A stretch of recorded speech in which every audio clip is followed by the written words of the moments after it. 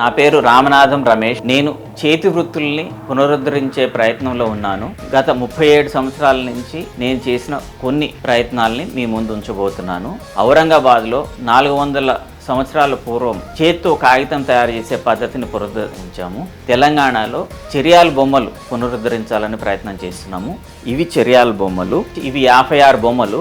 ఈ 56 బొమ్మల్ని ఉపయోగించి కాటమరాజు కథ ఒక కథ చెబుతారు. 11వ శతాబ్దం చివరి అంశం నుంచి 12వ శతాబ్దం చివరి వరకు ఉన్న రాజు కథ అది. ఈ బొమ్మల తయారీలో వాడే ముడి సరుకులన్నీ సహజసిద్ధమైన ముడి సరుకులు వాడి, సహజసిద్ధమైన రంగులు కూడా వాడి, వాటిపైన వేసే వుడ్ పాలిష్ వార్నిష్ ఏదైతే ఉందో అది కూడా సహజసిద్ధమైనది వాడి ఈ బొమ్మలు తయారు చేయటం అనేది జరుగుతుంది. దీన్ని 2024లో రిలీజ్ చేయాలని ఆలోచన పెట్టుకున్నాము. ఈ బొమ్మల్ని పెట్టి ఈ కథ చెప్పేవాళ్ళు మందహెచ్చుల వాళ్ళు అనే కథ చెప్తారు. వాళ్ళకి సరైన చదువు లేని కారణంగా కొంత మార్పులకు లోనైంది. దాన్ని ఇప్పుడు పునరుద్ధరించి అప్పుడు కథను కూడా సరైన పద్ధతిలో చెప్పించేందుకు ప్రయత్నం చేస్తున్నాము.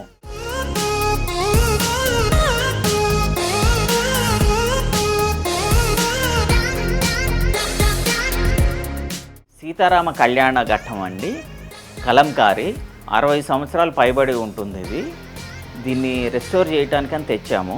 ఇది రెస్టోర్ చేసినాక పూర్తిగా చూపించడానికి వీలవుతుంది. ఇప్పుడు దీని పరిస్థితి ఎట్లుందంటే కొంచెం అటు ఇటు అయినా కానీ బట్ట చాలా మెత్తబడిపోయి చిరిగిపోయే పరిస్థితిలో ఉందన్నమాట. ఇది ఒరిజినల్ కలంకారీ అసలు పూర్వం ఎట్లా ఉండేది అనే దానికి నివాళి అనమాట.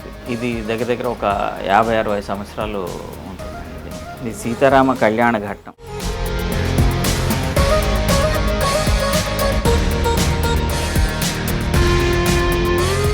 ఇది ఈతాకుతోటి చేసిన కళాఖండం అండి. పూర్వము నార్త్ తెలంగాణ మొత్తము ఇట్లా ఈతాకులతోటి కళ్యాణ మండపాలు, తర్వాత ఏదన్నా పూజలు పునస్కారాలప్పుడు డెకరేషన్ అనేది అంతా దీంతోనే అయ్యేది. ఇది 2 రకాల వాళ్ళు చేసేవాళ్ళు. ఒకళ్ళు పూసల వాళ్ళు, యానాదుల వాళ్ళు గౌడ్లు ఇట్లా బొమ్మలుగా చేసి ఎవరికైనా నమ్మితే వాళ్ళు ఇవన్నీ ఒక దగ్గర పోగు చేసుకొని ఏదన్నా కార్యక్రమం ఉన్నప్పుడు దానికి వాడుకునేవాళ్ళు అనమాట. ఇవి రంగురాళ్ళండి. దీనిలో మనకి పసుపు, ఎరుపు, ఇంకొకటి పచ్చ కూడా అక్కడక్కడ దొరుకుతాయి, ఆకుపచ్చ. ఈ రంగురాళ్లతోటి మొదట ఆది మానవుడు గుహల్లో వేసిన డ్రాయింగ్స్ కానీ పెయింటింగ్లు కానీ అన్నీ వీటితోటే చేశారు. ఈ రంగురాళ్ళని ఉపయోగించి ఒకప్పుడు ఛత్తీస్గఢ్ ఏరియాలో బట్టలకు కూడా కలర్ వేసేవాళ్ళు. చిరియాల బొమ్మలకి, తర్వాత ఇట్లా దేశం మొత్తం ఉన్న బొమ్మల్లో చాలా చోట్ల కూడా ఈ రంగురాళ్ళను వాడే రంగులు తీసి వాటికి వాడేవాళ్ళు. కానీ ఇప్పుడు అసలు ఈ రంగురాళ్ళ నుంచి రంగు తీయటం అనేది కనుమరుగైపోయింది. ఇప్పుడు దీన్ని కూడా రివైవ్ చేయాలనే ప్రయత్నంలో మేము ఉన్నాము.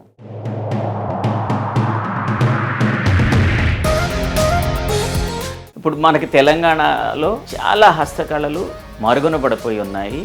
తెలంగాణలో తోలుబొమ్మల ఆట ఉండేది, అది మరుగున పడిపోయింది. ఈతాకుతో చేసే కళాఖండాలు, కంచు, ఇత్తడి, ఏటూరు నాగారం ఏరియాలో మనకి ఇండిగో కూడా పండించేవారు అనే ఆనవాళ్ళు ఉన్నాయి. తెలంగాణలో ఇండిగో లేదు. కాకతీయుల కాలంలో ఇక్కడ కూడా ఒక రకమైన కలంకారీ అనేది ప్రాక్టీస్లో ఉండేది. అది కూడా ఇప్పుడు కనుమరుగైపోయింది. వరంగల్ దరీలు, జమకాణాలు ఏదైతున్నాయో అవి ప్రపంచ ప్రసిద్ధిగాంచినవి. వాటిని మళ్ళీ అదే స్థితికి తేవాలని ప్రయత్నం చేస్తున్నాము. సిల్వర్ ఫిలిగ్రీ, నిర్మల్ బొమ్మలు, చిరియాల బొమ్మలు, చాపలు. తెలంగాణ మొత్తం గొంగళ్ళు ఉన్నాయి. డెక్కని ఊలు వాడి గొంగళ్ళు తయారు చేస్తారు. ఇప్పుడు చాలా మంది వాడకం తగ్గిపోవటం వల్ల వాటికి కూడా సరైన ఆదరణ కోల్పోయి వాళ్ళు చాలా ఇబ్బంది పడుతున్నారు. వాటిని సరైన ప్రక్రియలో కనుక మనం పునరుద్ధరిస్తే దానికి తిరిగి పూర్వవైభవం వస్తుందని మా ఆలోచన.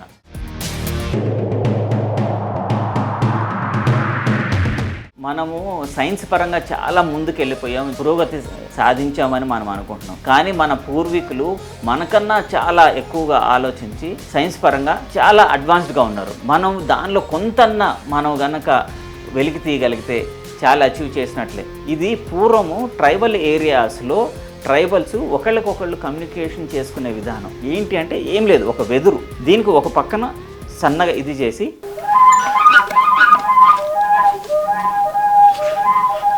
సో ఇది వాళ్ళు వాయించే దాన్ని బట్టి ఫలానా అని వేరే వాళ్ళకి వాళ్ళు భాష మాట్లాడకుండానే కమ్యూనికేషన్, అండ్ ఇది చాలా దూరం వినపడుతుంది.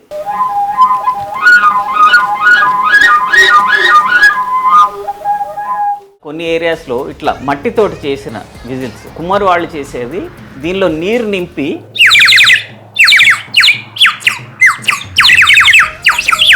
ఇట్లా సింపుల్ పురాతనము మన పూర్వీకులు చాలా చేశారు ఇట్లాంటివి. ఇవి మేము వెలుగు తీసే ప్రయత్నంలో ఉన్నాం.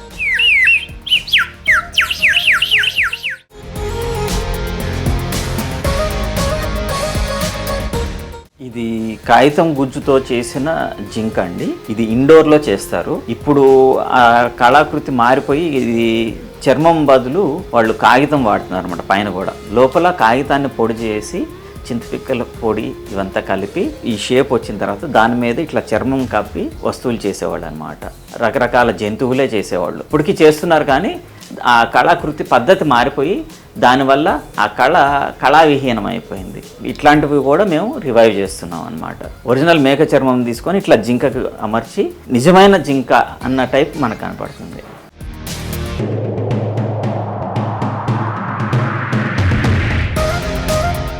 ఇది మైసూర్ వుడ్ ఇన్లే వర్క్ అండి. ఒక చెక్క తీసుకొని దాని మీద చిన్న చిన్న చెక్కలు రకరకాల రంగుల్లో ఉన్న చెక్కల్ని తీసుకొని వాటిని మనకు కావాల్సిన షేప్లో దానికి అనుగుణంగా సవరించి వాటిని దీని మీద అతికించి ఒక చెక్క పక్కన ఒక చెక్క ఒకటి సరిగ్గా మనకి చూసేందుకు పెయింటింగ్ లాగా ఉంటుంది కానీ ఇది పెయింటింగ్ కాదనమాట. అన్ని ప్రతి రంగు ముక్క ఒక చెక్క ముక్క అది. అట్లా రంగుల చెక్కలన్నీ పెట్టి ఒకదాని పక్కన ఒకటి అమర్చి చేసిన ఇది.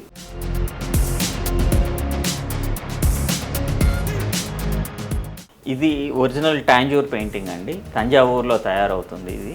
ఇదంతా గోల్డ్ ప్లేటెడ్. తులాభారం తర్వాత శ్రీకృష్ణుడు సత్యభామకి పొగరు తగ్గిందా లేదా అని ఆయనకి ఒక సంశయం కలుగుతుంది. అది నిర్ధారించుకోవటానికి ఆయన అల్కపాన్ పెక్కితే అప్పుడు సత్యభామ నాదుడికి కోపం వచ్చింది, ప్రసన్నం చేసుకోవాలని చెప్పేసి వెళ్ళి రుక్మిణిని తీసుకొచ్చి రుక్మిణి సత్యభామ కలిసి వాయిద్యాలు వాయించి శ్లోకాలు పాడి శ్రీకృష్ణుని ప్రసన్నం చేసుకున్న ఘట్టం అనమాట ఇది. ఇది దగ్గర ఒక 150 సంవత్సరాల వరకు ఉంటుంది. వివిధ ప్రాంతాల నుంచి తెచ్చినటువంటి ఇత్తడి, రాగి, కంచు పాత్రలు అనమాట. 300-400 సంవత్సరాల పాత్రలు ఇవన్నీ ఉన్నాయి. చాలా పురాతనమైన కంచు పాత్ర అండి. ఎంత పాతదో మాకు తెలియదు. కాకపోతే మేము చూపించిన వరకు ఇది 300 సంవత్సరాల పైన దాన్ని అంటున్నారు.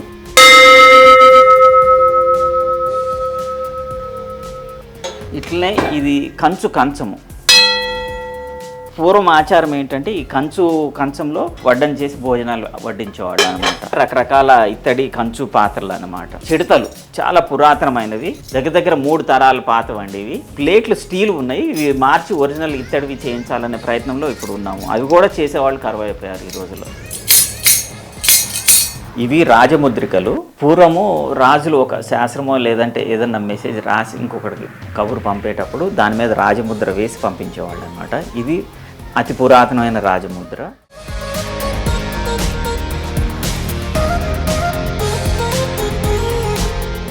ఇది దీపం కుదురండి. దీనిలో దీపం పెడతారనమాట. ఇదంతా ఒక చెట్టు మాను తీసుకొని దాన్ని తొలిచి ఇట్లా చేస్తారు. దీని లోపల దీపం గురించి ఒక ప్రమిద కానీ లేదంటే ఇట్లా గిన్నె కానీ పెట్టి దీనిలో కావాల్సిన నూనె పోసి విప్ప నూనె కానీ ఆముదం కానీ పోసి దీపం వెలిగిస్తారు. దీపం వెలిగించిన తర్వాత ఇత్తడి మూత పెడతారు. మసి దీనికి చేరటం వల్ల ఆ మసిని తీసి కాటుక తర్వాత మనకి ఈ బొమ్మల తయారీలో వాడే సహజమైన నల్ల రంగు ఇవి తయారవుతాయి అన్నమాట.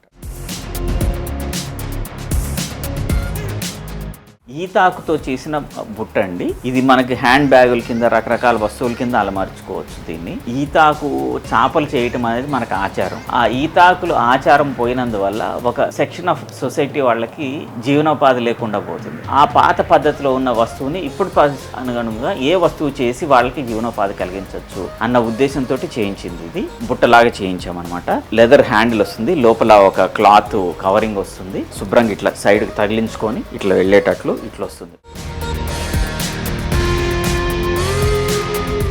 సహజ సిద్ధంగా పంటలోనే పత్తికి కలర్ రావటం అనమాట. ఇది గ్రీన్ కాటన్. సో దీన్ని పండించినప్పుడు మనకి ఇట్లా గ్రీన్ వస్తుంది. ఇది న్యాచురల్ పత్తి, జెనెటికల్లీ మోడిఫైడ్ కాదు. ఇది పూర్వం కూడా మన పూర్వీకులు పండించిన పత్తే. ఇది మనకి దీనిలో రెడ్, ఎల్లో కలర్లు కూడా ఉన్నాయి. ఇవి రెడ్ కలరు. ఈ రెడ్లో మా దగ్గర 8 షేడ్లు వరకు ఉన్నాయి. ఇది మామూలు కాటన్, ఇవి రెడ్లో షేడ్లు అనమాట. లోటస్ సిల్క్ అంటే కమలాల నుంచి కూడా దారం తీసి కమలం కాడ నుంచి దాంతో కూడా బట్ట చేసే ప్రయత్నంలో ఉన్నాము. భారతదేశం అంతా రకరకాల ఆకులతోటి దగ్గరకు కుట్టి వాటిలో భోజనం చేసేవాళ్ళు. అవన్నీ ఆరోగ్యానికి చాలా మంచిది. తామర ఆకులతోటి ఇస్త్రాకులు చేయటం మొదలు పెట్టాము. త్వరలో అవి కూడా మీ ముందుకు వస్తాయి.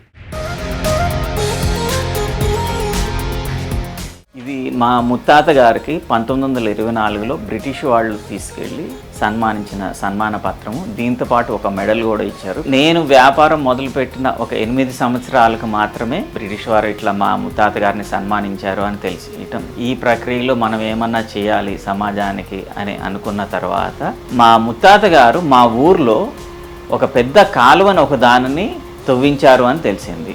కొండముడుసుపాడు అని. దాని అవతల ఒక కోడల చెరువు అనే ఒక చెరువు ఉంటుంది. అక్కడ నుంచి మా ఊరు వరకు అంటే దగ్గర ఒక 6 కిలోమీటర్ల పొడవు ఉన్న కాలువ. దానికి అవసరమైన ధనాన్నంతా ఆయనే స్వయంగా సమకూర్చి ఆయన సొంత డబ్బులతోటి ఆ కాలువను తవ్వించి అక్కడ 2 ఊర్ల జనాలకి ఇప్పటికి కూడా సంవత్సరం పొడుగుతా నీరు అవసరం తీరేటట్లు కాలువ తవ్వించారు. 100 సంవత్సరాలు అవుతున్నా కూడా ఇప్పటికి కూడా ఆ కాలువ ఉపయోగంలో ఉంది.